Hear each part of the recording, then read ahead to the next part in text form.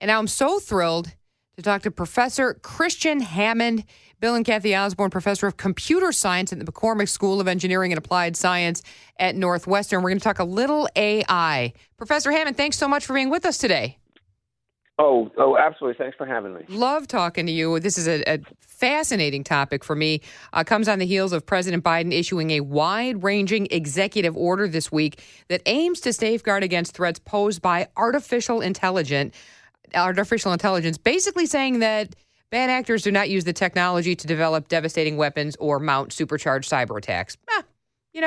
Just another day in Washington, right? Oh no, absolutely. It was actually. It's quite a sweeping executive order, and the thing I really enjoy about it is that it defines not exactly what we should do, and quite usually not exactly how we should do it, but it does define those areas that we have to pay attention, and so civil liberties, privacy. The development of large scale what we call models, that is the things that drive things like ChatGPT, and understanding that we don't have all the answers yet, but it's very directional. It's like these are the areas we have to now make sure that we're looking at. And I actually think it's very exciting. I do too, and it seeks to rein in AI. So my question to you, first of all, just on a very general basic level, because I know we can get really deep into the weeds on this, but does this executive order curb it, or does it help guide the development of its technology? It does a little of each. Okay. That is to say, it's there are certain. It's putting guardrails around what should or shouldn't be done, and it's asking a lot of companies to do self-reporting on technologies that they're developing. So if I'm going to go develop a new large language model, a new equivalent of ChatGPT, I now have to. I mean, the mandate is I have to report what I'm doing. I have to report what my data is. I have to report what my testing is, and that's I think it's a nice idea. We'll see how self-reporting and how you actually manage that process. The other thing that's really interesting is that it even touches on issues of immigration. Because we have a little bit of a brain drain, and that is we train internationally in the United States, and then we lose people because of visa issues. And this is basically saying, no, we want to find ways in which we can bring those people who we train and who have skills back into the United States. Yeah. Go ahead. No, please. And so it's really very much how we can improve things, how we can do a better job, and making sure that all the federal agencies take reign over what they see as the problematic areas. And so I have to admit there's a real I guess the word is democratic. There's a real democratic approach here, and that is. It's the Biden White House saying, we don't know everything, but what we can do is we can have the different agencies. We can have agriculture and transportation and energy and homeland security, where they know what their problems are. They know what can be affected, and we want them to take reign of making sure that they're looking at the problems that are important to them. And I think that's very much a powerful sort of decentralization approach to it.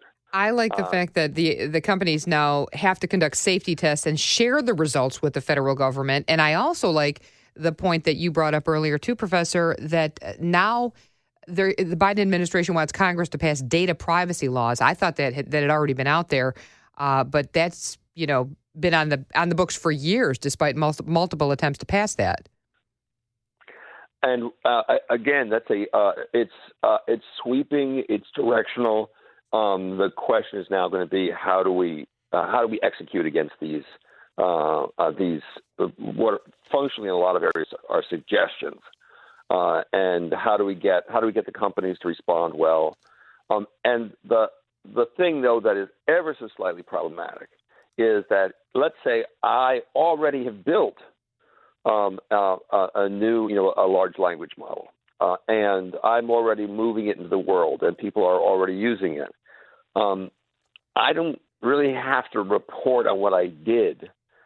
It's only when I'm doing something new, and that means there's a little bit of an advantage, and a little bit's probably understating it, but that means there's an advantage to the companies who have already done this work. And that might get in the way of sort of new work happening and new ideas coming to the fore from smaller companies who are just getting started.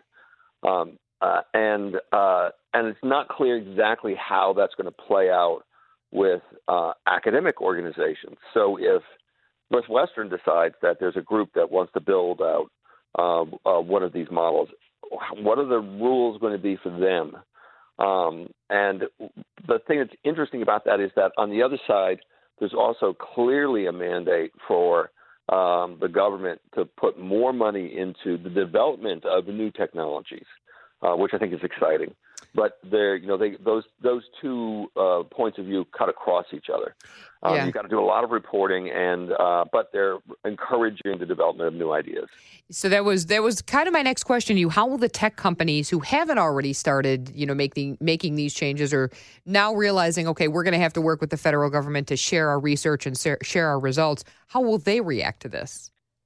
Yeah, it's not clear that companies like OpenAI, or DeepMind are actually going to be open to sharing what they have already done. OpenAI has been somewhat resistant to sharing their data and sharing the approaches that they have taken to, for example, getting rid of offensive material. Or even how they decide what is or is not offensive material. It encourages transparency in the future, but that's very different than enforcing transparency against what has already been done. And there probably has to be more work on that side as well. And the thing that I wish was in this particular executive order, it was also a more expansive notion of what constitutes AI and what constitutes harm. So there are areas of harm which already exist and we know about that aren't really addressed here. And for example, the state of Illinois is functionally suing Meta for issues having to do with the way in which people interact with the systems such as Facebook that Meta owns. And there's nothing in this executive order that touches on things like that. And so if you have a system that's out there that's smart, that's an intelligent system, and it's making recommendations for you, but it's sort of reinforcing a notion of almost addiction in terms of online behavior, that's really not quite here. But that's something that's real, and it's a genuine harm that already exists. And I wish there were a bit more of that in this. But from a directional point of view, I think it's exceptional. Yeah, absolutely. I know we will absolutely continue the conversation. I love when you're able to join us. Professor, thank you so much for your time. Oh, no, absolutely. Thank you for having me. Love having you. It's Professor Kristian Hammond, Professor of Computer Science at the McCormick School of Engineering and Applied Science at Northwestern University. Careful what you're typing there, Nick.